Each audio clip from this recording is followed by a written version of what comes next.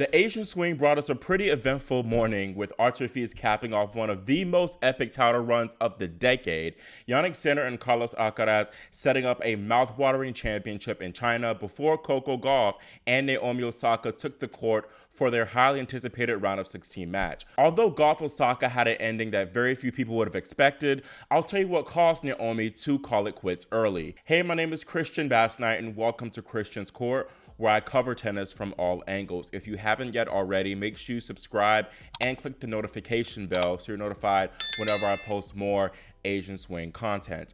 Unfortunately, Coco Gauff and Naomi Osaka's round of 16 duel at the China Open had a premature finish after Naomi Osaka retired at 3-6, 6-4 due to a back injury. Osaka shared a Threads post saying that she locked up her back during practice ahead of this match and that the issue got worse for her throughout it. She says that it was totally worth it though, still competing. It's truly a shame because Naomi was clearly the better player, to be honest, for much of this match. Now, delving into what happened in this match, due to rather subpar serving from both women, there were few early breaks in the opening set. Coco broke in the opening game right off the gate before Naomi broke twice after that to go up 3-1.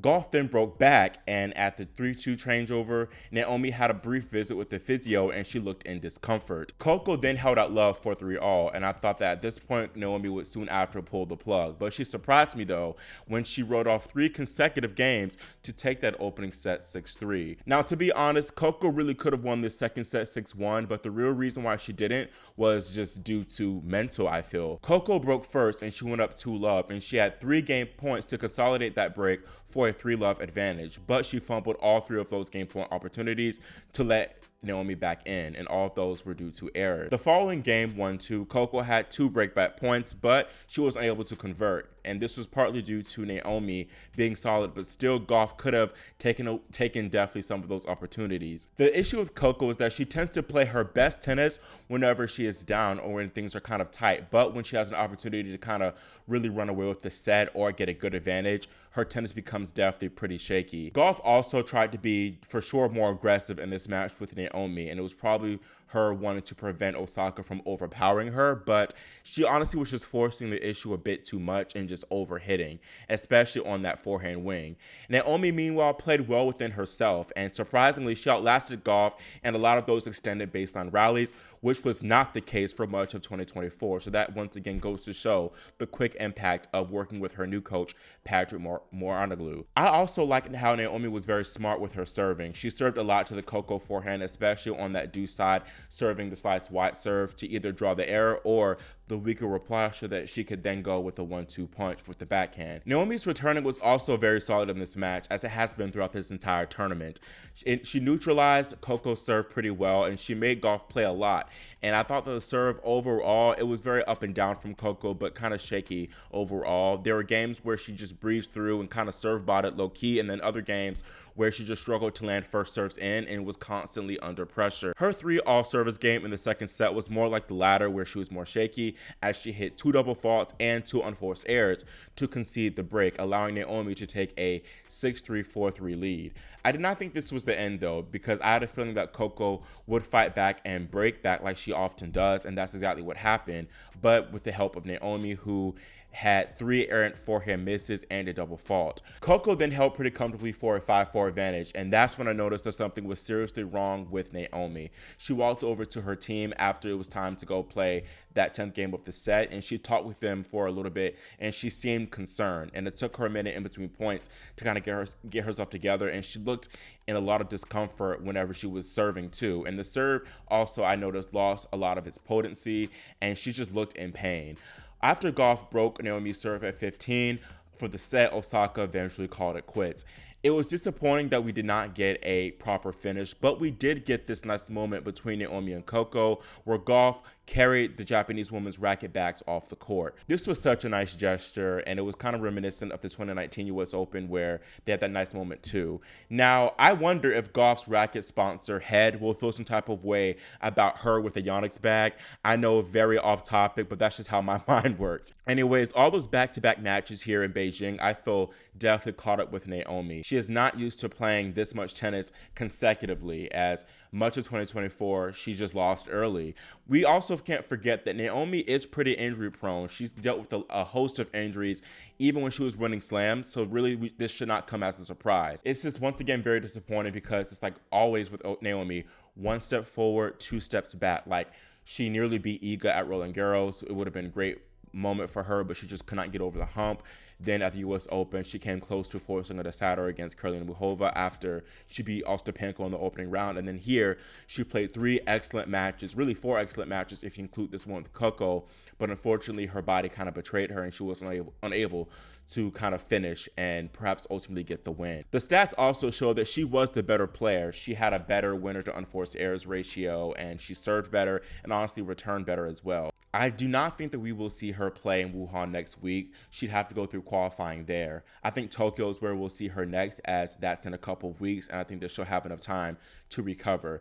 Now, bottom line, Beijing definitely showed promising signs for Naomi, and it shows that she has the consistency and shot tolerance to really outplay someone like a consistent player like Coco Gauff. And to me, it just shows that she's coming for people's necks in 2025. So for sure, if you're a Naomi Osaka fan, you're going to be very happy about what you saw from your woman this week. There will definitely be, unfortunately, more Coco scamming allegations, as people I'm sure will say that Coco got lucky that Naomi retired. That's another thing too. Do you think that Naomi would have won this match if her back didn't betray her, or do you think that Coco would have found a way through? A lot of people feel that, Coco definitely got let off the hook, and you can for sure say that. It was clear that Naomi was outplaying her, but I do feel that you can't underestimate Coco's fighting capabilities. Coco's case against beating the lucky player allegations won't be easier either, as she now faces a qualifier and 115th ranked Yulia Stardup-Seva, who did not even have a ranking before 2023. Stardup-Seva, she qualified for this tournament. She played 2 qualifying matches before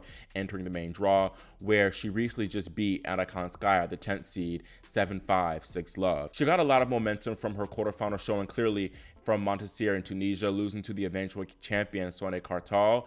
And I've been very impressed from what I've seen from her in Beijing thus far. She is a big hitter. She has a big forehand. That forehand, it will be a huge weapon for her for sure. Yeah, just very impressive. She low-key kind of came out of nowhere. And I think she fully deserves to be here in the quarterfinals for her first WTA 1000 quarterfinal and her second WTA quarterfinal overall. I think that Coco should be able to handle Yulia, to be honest. I think the Stardup-Seva might run out of gas. Of course, I mentioned earlier she played in qualifying. She also has a little bit of strapping on her leg. And then, too, Coco has the big advantage in the experience factor. This would be Stardup-Seva's biggest match of her career by far, playing a top 10 player for a spot in her maiden WTA semifinal. That can do a world of wonder for her career.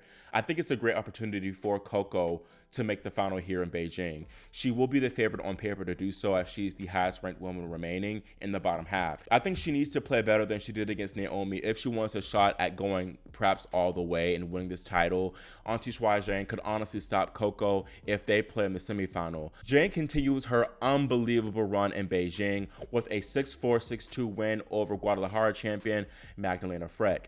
It is crazy how before this tournament, Shuai Zhang lost her last 24 matches for a record losing streak ever in tennis, and then now she's won her last 8 sets that she's played, and she hasn't dropped a set thus far in Beijing. What a story it would be if Shuai Zhang won this title and then just dropped the mic right after and retired. Like, I honestly hope that happens, because it will go down as probably like top 20 greatest tennis stories of all time, to be honest. Zhang next plays Paula Badosa, though, who looks in great form after she took down second seed Jessica Pegula 6-4, 6-love. Now, Paula Badosa was involved in a bit of controversy after she and Karolina Muchova withdrew from their double second round match against Veronika Kudermetova and Chao Hongqing. Badosa and Muchova defeated the duo of Arina Kromachova and Anna Danilina 3-2 in the opening round of the China Open, but they likely pulled out due to preparing themselves for singles, which makes sense as both Paula and Karolina are injury prone. Kromacheva, though, was not happy about losing to Badosa and Muchova, only for them to pull out the following round, and she called out the WTA on her IG story, basically saying that Badosa and Muchova withdrawing shows that they do not care about doubles and that their spot could have been filled by a double specialist team who would have made more use of that spot. Kromacheva also indirectly pointed out that Badosa did this earlier in the year in Berlin as Paula and Victoria Azarenka beat Kromacheva and Ekaterina Alexandrova in the opening round of that 500 tournament before pulling out in the next round. Badosa has done the same thing a few times throughout the year, winning her first round in doubles before withdrawing in the next, although not all those withdrawals were her fault. I can see Kromacheva's argument for sure because it's obvious that Badosa just simply does not take doubles as seriously as she does singles, but the best way to prevent Paula from doing this is to simply beat her in the first round so that she stops playing doubles altogether. Maybe the WTA can issue a greater fine for doing stuff like this, but to be honest, it comes down to Kromacheva and her partner should have beat Badosa in the first round. Focusing on the men in Beijing, we have the final that we were all hoping for as the top two seeds, Jannik Sinner and Carlos Alcaraz, meet for the title. Alcaraz won the first semifinal, beating Daniil Medvedev 7-5, 6-3. This match was very high quality from both men early on, and they shared a total of 5 breaks of serve in the opening set before Alcaraz closed it out and he kind of raced towards victory in the end. The handshake between Daniil and Carlos was also funny, as Daniil made a funny joke saying that next time he dyed his hair blonde like Botic van der Zandschulp, the last man to beat Carlos, which was in the US Open second round, infamously. There were a lot of talks and conversations about Carlos having a post-Olympics final slump and letdown as he lost early in both Cincinnati and the US Open, but he seems to for sure be back on track. I think him winning those matches at the Davis Cup for sure helped him refine his mojo, and he's won now his last 8 matches when you include Davis Cup, Laver Cup, and now Beijing. Alcaraz has yet to drop a set here at the China Open, unlike Jannik Sinner, who had to come from behind in his opening 2 rounds before beating Juraj Hečka and Bu Unjalkete in straights in the quarterfinals and semifinals respectively. Alcaraz will be the favorite here in this match to me. He's looked in better form thus far this tournament, and he's faced tougher opposition in Khachanov and Medvedev recently. Sinner, meanwhile, has yet to face a seed throughout this tournament. The revenge factor, I think, though, will be the biggest asset for Sinner, as he'll be definitely determined to get his look back after losing his last 2 matches to Carlos, which was at the Indian Wells and Roland Garros semifinals this year. Still, I'm going to go with form here, and I'll have Alcaraz take this one in, I guess, 3 sets to move the head-to-head edge 6-4 in his favor. And last but not least, I gotta talk about Arthur Fils. Fils capped off one of the most impressive title runs of this decade, at least at the 500 level for sure, when he defeated his fellow Frenchman Ugo Humbert 5-7, 7-6, 6-3 to take home his 2nd consecutive 500 title and his 3rd trophy overall. This marked his 4th top 20 win of this tournament alone this week after he beat top seed Taylor Fritz in the opening round, defending champion Ben Shelton in the quarters, Holger Rune in the semis, and now, of course, the 19th ranked Humbert in the championship. The odds were stacked heavily against Fils here in this match particularly. Humbert owned a 4-0 record on all levels against Fils, and Ugo was also a perfect 6-0 in finals, and he was gunning to become the first man in history, I believe, to win his first 7 ATP Tour finals. Not to mention, Arthur spent 3 hours longer on court compared to Humbert coming into this final and was dealing with a host of injury niggles. That word. Humbert looked like the better player for much of the match, and he honestly really should have won it in straight sets. It looked like a wrap for Fils when he was down 3-4 left 40 in the 2nd set, and it looked like all the tennis that he had played recently was going to catch up to him. But somehow he won 5 consecutive points to escape that game, and really, it was just great tennis from Arthur. There's really not much that Ugo could do differently, to be honest. You could say the same thing when Humbert had match point on his serve at 6-5 in the 2nd set tiebreak. And you could argue, though, that Humbert should have taken that ball out the air instead of letting it bounce. But full credit to Fils, though, for the screaming on the run backhand winner down the line. The 20-year-old Fils won the next 2 points to send it into a decider. And in the 3rd set, Fils was the clear better favorite of the two as he had more openings at breaking. He did so at the perfect time at 4-3 to serve for the match, which he did, sealing the title with his 10th ace. I was just speechless watching Arthur win this title. His fight and poise is just unmatched and unbelievable for someone who is only 20 years of age. And it's kind of scary that he's literally 2 years older than me. I feel like a grandpa, y'all. This is his second straight 500 title, as I mentioned, after he won Hamburg earlier, I believe in July. And it's great that this was just a nothing but happy moment for him, and it wasn't spoiled by the crowd or his sore loser opponent. It was cool also that Arthur carried the torch from his fellow young biracial and good friend Ben Shelton, who won this title in Tokyo last year.